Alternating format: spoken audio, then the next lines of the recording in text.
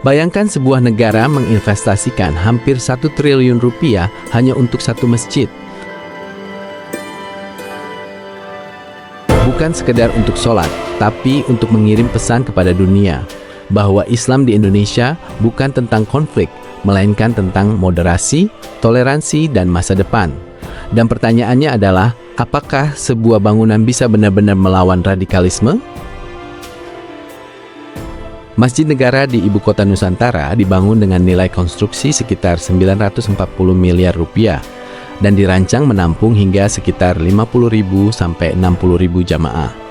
Bangunannya berdiri di kawasan inti pemerintahan IKN dengan luas bangunan sekitar 59.000 meter persegi, menjadikannya salah satu masjid terbesar yang pernah dirancang di Indonesia. Targetnya, masjid ini akan menjadi pusat kegiatan keagamaan tingkat kenegaraan, menggantikan peran simbolik yang selama ini dipegang oleh Masjid Istiqlal di Jakarta ketika ibu kota benar-benar berpindah. Namun yang membuatnya menarik bukan hanya ukurannya, melainkan filosofi di balik desainnya. Masjid ini tidak menggunakan kubah klasik seperti kebanyakan masjid. Arsitek Nyoman Nuarta merancangnya dengan bentuk unik yang menyerupai sorban yang melingkar. Struktur melingkar ini bukan sekedar estetika, ia memiliki makna simbolik. Desain melingkar itu melambangkan kerukunan antar umat beragama, hubungan manusia dengan Tuhan, hubungan manusia dengan sesama, dan hubungan manusia dengan alam. Bahkan konsepnya mengikuti visi Green City IKN dengan material ramah lingkungan dan sistem ventilasi alami yang menyesuaikan iklim tropis Kalimantan. Dengan kata lain, masjid ini bukan hanya tempat ibadah, ia adalah manifesto arsitektur tentang Islam Indonesia. Di banyak negara, rumah ibadah berdiri sendiri. Di IKN, pendekatannya berbeda. Masjid Negara dirancang berada dalam satu kawasan dengan rumah ibadah agama lain. Rencananya kawasan ini juga akan memiliki gereja, basilika Katolik, vihara, pura, dan tempat ibadah Konghucu. Dalam satu kompleks spiritual, ini bukan kebetulan. Ini adalah desain kota yang sengaja dibuat untuk menormalisasi pluralisme. Sederhananya, alih-alih hanya berbicara tentang toleransi, IKN mencoba membangun toleransi secara fisik. Mengapa ini penting? Karena Indonesia adalah negara dengan populasi Muslim terbesar di dunia. Lebih dari 240 juta Muslim hidup di negara yang bukan negara agama, tetapi negara Pancasila. Dan selama 2 dekade terakhir, Indonesia sering dipandang sebagai model Islam moderat. Masjid IKN berfungsi sebagai simbol diplomasi budaya. Pesannya kepada dunia, Islam Indonesia adalah Islam yang terbuka, demokratis, dan berdampingan dengan pluralitas.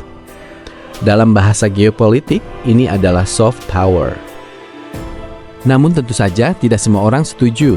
Sebagian bertanya, apakah bangunan megah benar-benar bisa membentuk budaya? Atau ini hanya simbol mahal tanpa dampak nyata? Ada juga yang mempertanyakan prioritas anggaran dampak sosial pembangunan IKN dan apakah proyek ini benar-benar akan digunakan maksimal. Pertanyaan itu sah, karena sejarah menunjukkan arsitektur bisa menjadi simbol perubahan, namun perubahan nyata selalu bergantung pada manusia yang mengisinya.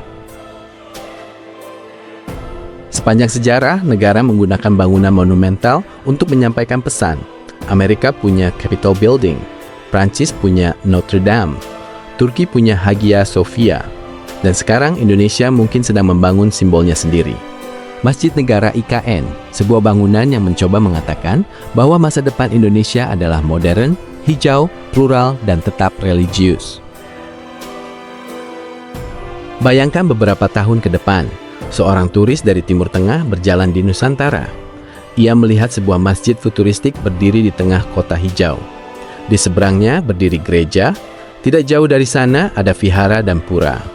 Dan mungkin saat itulah ia bertanya, bagaimana negara dengan begitu banyak perbedaan bisa tetap bersatu? Jawaban Indonesia mungkin sederhana. Kami tidak hanya berbicara tentang toleransi, kami membangunnya. Sekarang saya ingin tahu pendapat kalian. Menurut kalian, apakah Masjid Negara IKN benar-benar bisa menjadi simbol Islam moderat dunia? Atau ini hanya arsitektur megah tanpa dampak besar? Tulis pendapat kalian di kolom komentar. Karena masa depan Nusantara sedang dibangun bukan hanya oleh pemerintah. tapi juga oleh cara kita memaknainya.